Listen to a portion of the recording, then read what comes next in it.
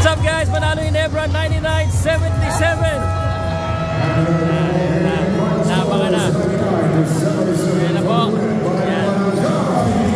Kay Ginebra advance.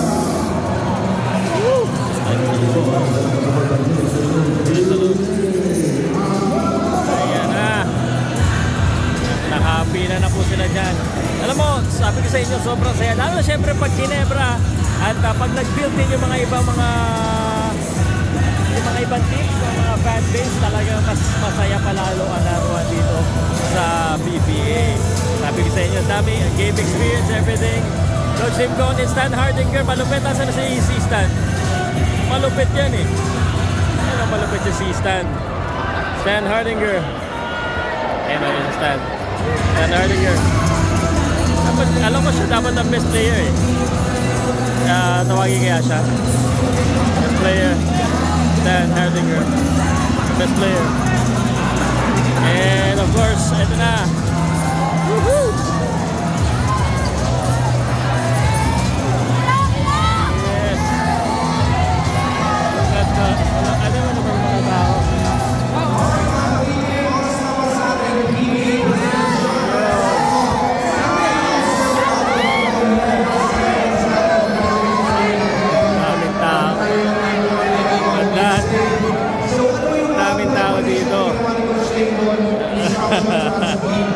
Hello.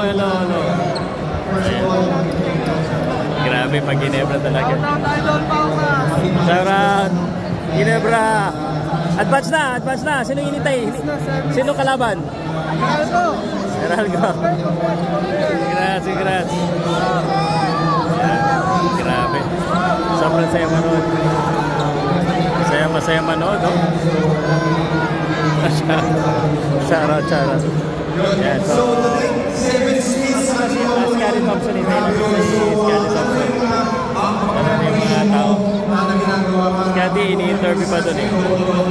Nakakapangan lang natin guys. Like what I said guys, it's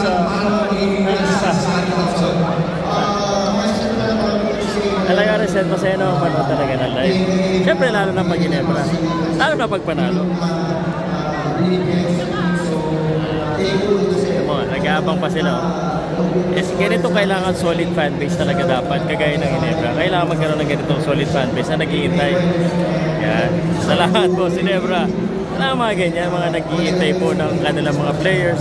At nag-iisa na lang si Scottie Thompson. Abangan natin. Naglakad na. Ayan na.